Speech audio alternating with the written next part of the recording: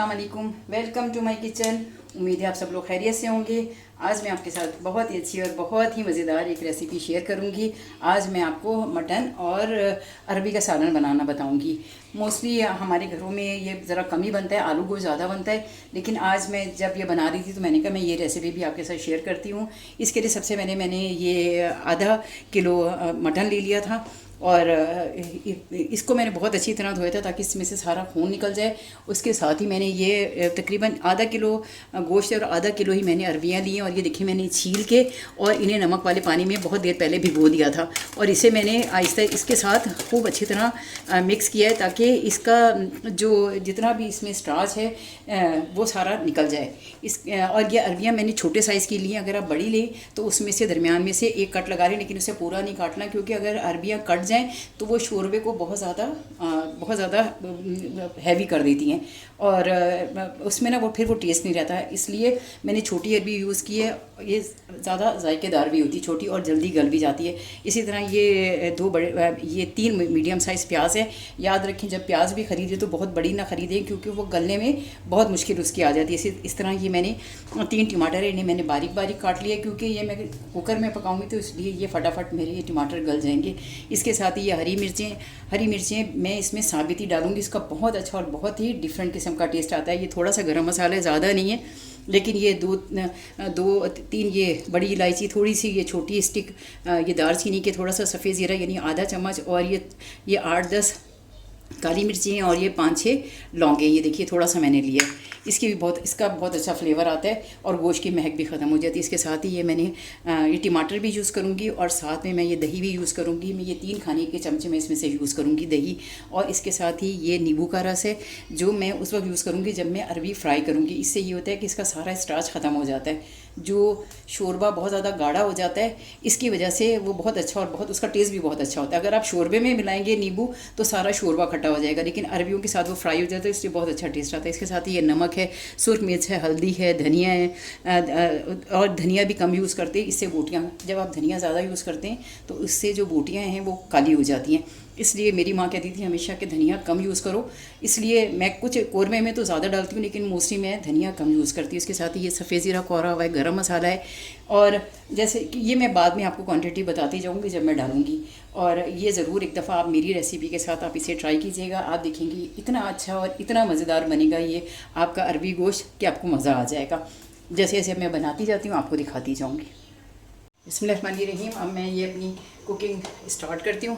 सबसे पहले मैंने इसमें ये तेल डाल दिया था ताकि ये गर्म हो जाए। इसके साथ ही मैं इसमें जो मैंने ये 3 प्याज की दरमियानी साइज़ की इसे डाल के मैं इसे फ्राई करूँगी। इसको बहुत तेज़ यानी डार्क ब्राउन नहीं करना है, इसे बस गोल्डन फ्राई करना है कि इसका नहीं तो सालन जो है ना वो काला हो जाएगा। ये मैं जल्दी जल्दी ये फ्राई करके इसके साथ ही मैं इसमें ये गरम मसाला भी डालूँ ताकि इसकी भी खुशबू इसके साथ ही आ जाए। मैं इसे फ्राई करके फिर आपको दिखाती हूँ। और इसे तेज़ आंच पे ही फ्राई करना है, नहीं तो ये जो प्याज है ये सारा तेल पी लेती है। इसको मैं फ्राई करती हूँ फिर मैं आपको दिखाती हूँ। ये देखिए अल्हम्दुलिल्लाह रब्बिल आलमीन ये दाल मेरी ये फ्राई हो गई है। दाल नहीं सॉरी प्याज ये फ्राई हो गई है। इसमें मैं ये जल्दी से मटन है ये तकरीबन 550 ग्राम है। ये इसे इसमें डाल के मैं थोड़ा फ्राई करूँगी और इसको थोड़ा स्लो कर देती हूँ।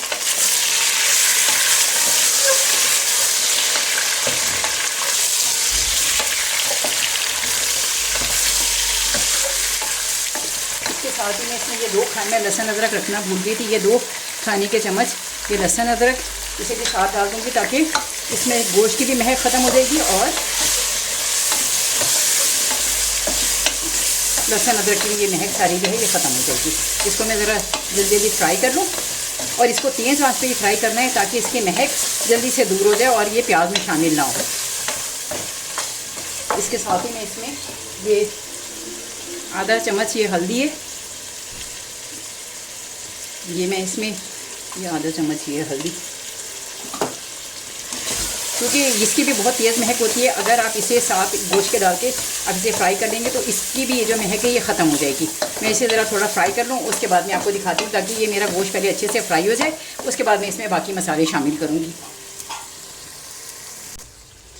ये देखिए, ये अल्हम्दुलिल्लाह रब्बिल आलमीन ये मैंने इतनी अच्छे तरीके से भुना है ताकि इसमें लहसुन अदरक और ये हल्दी दोनों की महक इसमें ख़त्म हो जाए। इसके साथ ही मैं इसमें ये सारे ये मसाले डालती हूँ। सबसे पहले मैं इसमें ये नमक है, ये आप अपने टेस्ट के हिसाब से डालें। मैं इसमें ये 1 चमचा मैंने इसमें ये नमक डाला है। ये चाय का चम्मच का पैमाना है। और इसके साथ ही ये मैं तकरीबन ये 1 और ये 1.5 चम्मच मैं इसमें ये सुर्ख मिर्च डाल रही हूँ। मिर्चें और नमक आप अपने हिसाब से कम और ज़्यादा कर सकते हैं। 2 ही खाने के चमचे में इसमें ये पिसा हुआ धनिया गरम मसाला मैं इसमें लास्ट में यूज़ करूँगी। बस ये 2 खाने के चाय के चमचे गरम मसाला है। और इसके साथ ही ये मैं इसमें थोड़ा सा आधी चम्मच में इसमें कोरा हुआ ये ज़ीरा है ये मिलाऊंगी। वो मैंने भगार में भी थोड़ा सा डाला था। इसके साथ ही मैं इसमें ज़रा सा पानी भी डाल दूँ ताकि मसाला ना जल जाए, क्योंकि मसाले खुश्क हैं सारे।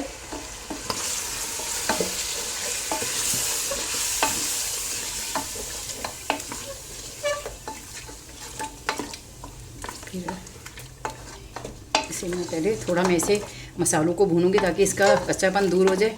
इसके बाद मैं इसमें टमाटर डालूंगी। मैं ज़रा इसे, क्योंकि अगर आप इन चीज़ों का ख्याल रखें तो आपका सालन बहुत अच्छा और बहुत मज़े का मरेगा, क्योंकि इसमें गोश्त की सारी महक वगैरह और मसालों का कोई कच्चापन नहीं आएगा। मैं इसे ज़रा सा पहले फ्राई कर लूँ, उसके बाद मैं इसमें टमाटर डालती हूँ, फिर मैं आपको दिखाती हूँ। और दही जब मैं दोबारा इसे भूनूंगी उस वक्त मैं डालूँगी, क्योंकि अगर मैंने साथ डाल दिया तो जो प्याज इसमें है और जो टमाटर डालेंगे वो गलेंगे नहीं।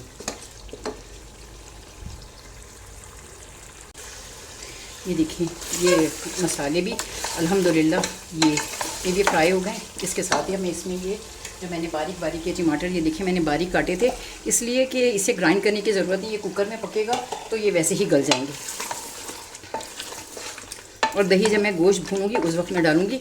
अभी मैं इसे थोड़ा सा भून के इसमें पानी डाल के तकरीबन ये बकरी का गोश्त है, अगर मटन है, अगर मैं इसे पतीली में पकाती तो ये ज़रा देर से गलता है, इसलिए मैं कुकर में पका रही हूँ ताकि जल्दी से ये तैयार हो जाए सालन ना। बस ये ज़रा थोड़ा मैं भून लूँ, क्योंकि मुझे ज़रा थोड़ा खाना भुना हुआ अच्छा लगता है। ये मैं ज़रा सा भून लूँ, उसके बाद फिर मैं इसमें पानी डाल के इसे तेज़ आंच पे मैं भूनती हूँ, फिर मैं आपको दिखाती हूँ। ये देखिए, ये भी मेरा टमाटर डाल के भी मैंने इसे थोड़ा सा भून लिया। अब मैं इसमें तकरीबन ये 1-1.5 गिलास पानी डाल के मैं इसे कुकर में चढ़ाऊँगी। और क्योंकि कुकर में ये चढ़ेगा इसलिए पानी ज़्यादा नहीं पड़ेगा, क्योंकि ये वैसे ही फिर ये गल जाएगा। ये देखिए, ये बस तकरीबन इसे मैं कुकर का ढक्कन लगा के, और ये जो इसमें जो चीज़ें नज़र आ रही है ये जब मैं भूनूंगी उस वक्त मैं निकालूंगी, लेकिन अभी मैं इसमें पड़ी रहने देती हूँ कि इसका ज़रा जायका आ जाए। ये मेरा ये तैयार होगा, उस वक्त तक मैं आपको अरबी फ्राई करके दिखाऊँगी कि मैं अरबी किस तरह जो है मैं फ़्राई करूँगी। ये मैं इसे तकरीबन जब ये सीटी बजेगी उसके बाद में तकरीबन 15 मिनट तक इसे बहुत तेज़ आंच पे नहीं लेकिन मीडियम आंच पे मैं पकाऊंगी। अब मैं आपको थोड़ी देर में ये मैं अरबी दिखाती हूँ, मैं अरबी धो के आपको फ्राई करना बताती हूँ।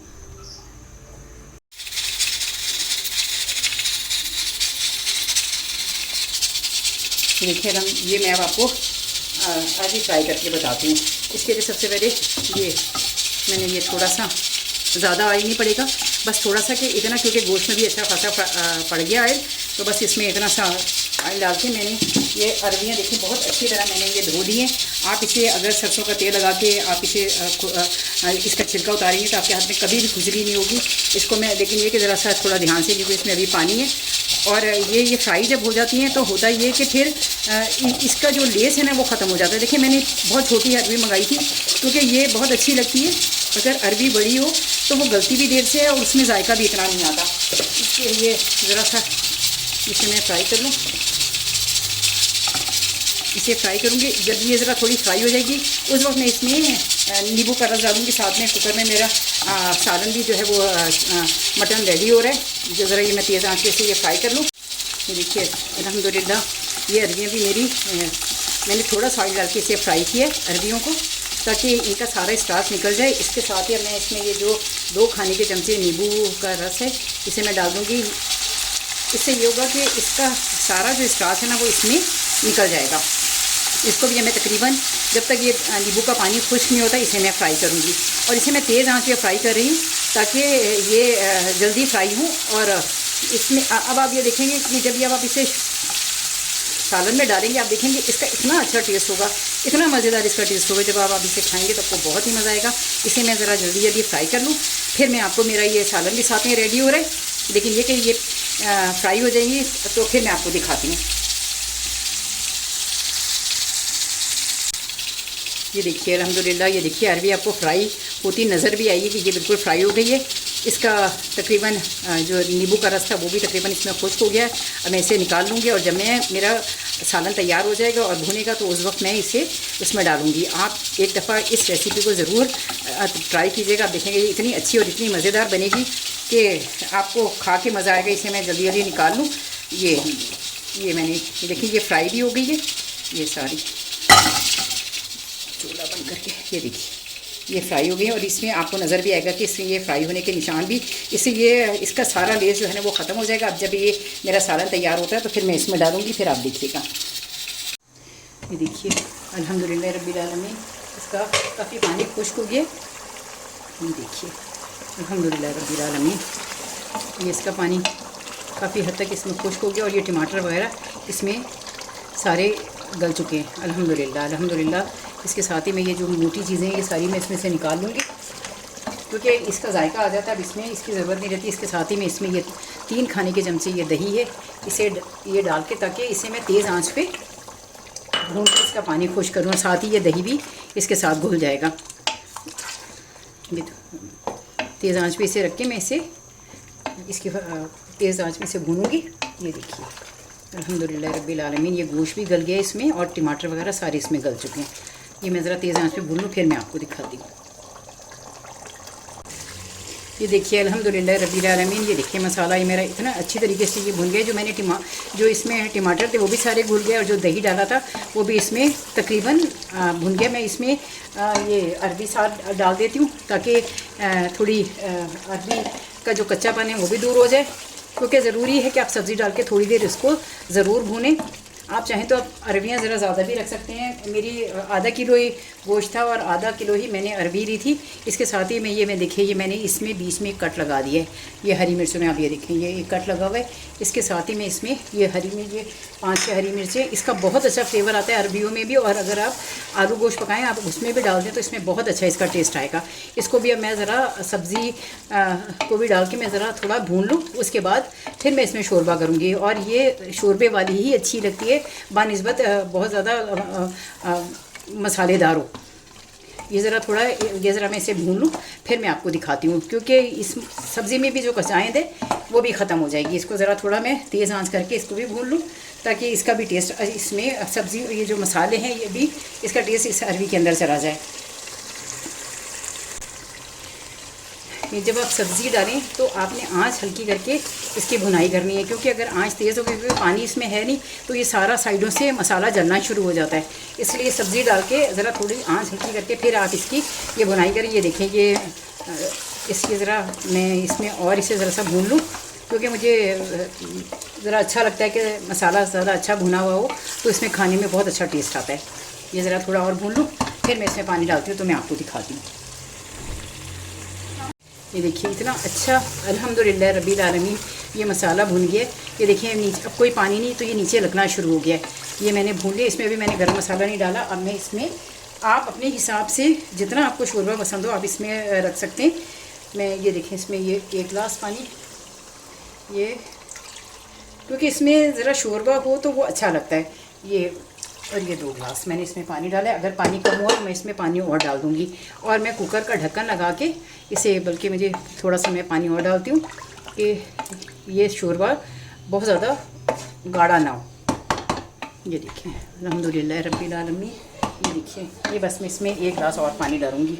इसके बाद मैं इसे कुकर लगा के तकरीबन सिर्फ 5 मिनट, यानी जब ये वेट हिलेगा तो तकरीबन सिर्फ 5 मिनट में इसे, क्योंकि अरबी वैसे ही गल जाती है, बस सिर्फ इतना। और उसके बाद मैं इसे अरबी को उसमें वैसे ही फिर मैं दम पे छोड़ दूँगी। बस ये मैं इसे ढक्कन लगा देती हूँ और ये बहुत जल्दी गल जाती है आराम से ये गल जाएगी। इसे मैं ढक्कन बंद करके तकरीबन जब ये वेट हिलने लगेगा तो मैं इसे सिर्फ 5 मिनट में इसे पकने दूंगी और उसके बाद मैं इसे चूल्हा बंद करके इसे दम पे लगा दूंगी और इसका वेट उस वक्त हटाऊंगी जब ये बिल्कुल बटन नीचे गिर जाएगा। फिर मैं आपको दिखाती हूँ, फिर आप देखिएगा इंशाल्लाह इतनी मज़ेदार, इतनी मज़े की खुशबू आ रही है। ये जब आप बनाएंगे तो आपको बहुत ही मज़ा आएगा। देखिए अल्हम्दुलिल्लाह रब्बिल आलमीन, ये मेरा अरबी गोश्त बिल्कुल रेडी है। इसी रेसिपी के साथ आप चिकन की भी बना सकते हैं और बीफ की भी बना सकते हैं। इसमें मैंने गरम मसाला नहीं डाला था कि वो मैं लास्ट में डालूँगी। ये मेरा बिल्कुल रेडी है अल्हम्दुलिल्लाह रब्बिल आलमीन। इसकी इतनी अच्छी खुशबू आ रही है, आप इसे ज़रूर एक दफ़ा अपने घर में ट्राई कीजिएगा। ये देखिए ये अल्हम्दुलिल्लाह रब्बिल आलमीन, ये मेरा बिल्कुल रेडी है। इसके साथ ही मैं इसमें ये हरा धनिया है, ये मैं इसमें थोड़ा सा डाल दूँगी तो ज़रा थोड़ा इसकी शक्ल अच्छी निकल आएगी। अगर आपको मेरा खाना अच्छा लगे, मेरी रेसिपी पसंद आए तो मेरे चैनल को लाइक करें, सब्सक्राइब करें, दिल चाहे तो बेल आइकन भी प्रेस कर दें। लेकिन मुझे अपनी दुआ में ज़रूर याद रखें। ज़िंदगी रही इंशाअल्लाह ताला तो फिर किसी वीडियो में मेरी आपसे मुलाकात होगी। और ये मैं अब आपको डिश आउट करके दिखाती हूँ। और वैसे मैं इसे थोड़ी देर के लिए छुपा के ये रख दूँगी। जब ये ज़रा थोड़ा सा और दम पे हो जाएगा तो फिर मैं इसे आपको डिश आउट करके दिखाऊंगी। वैसे मेरा खाना बिल्कुल रेडी हो गया। बस अपनी दुआ में मुझे याद रखिएगा। इंशाअल्लाह ताला किसी और वीडियो में मेरी आपसे मुलाकात होगी। अल्लाह हाफिज़, फ़ी अमान अल्लाह, फ़ी अमान अल्लाह।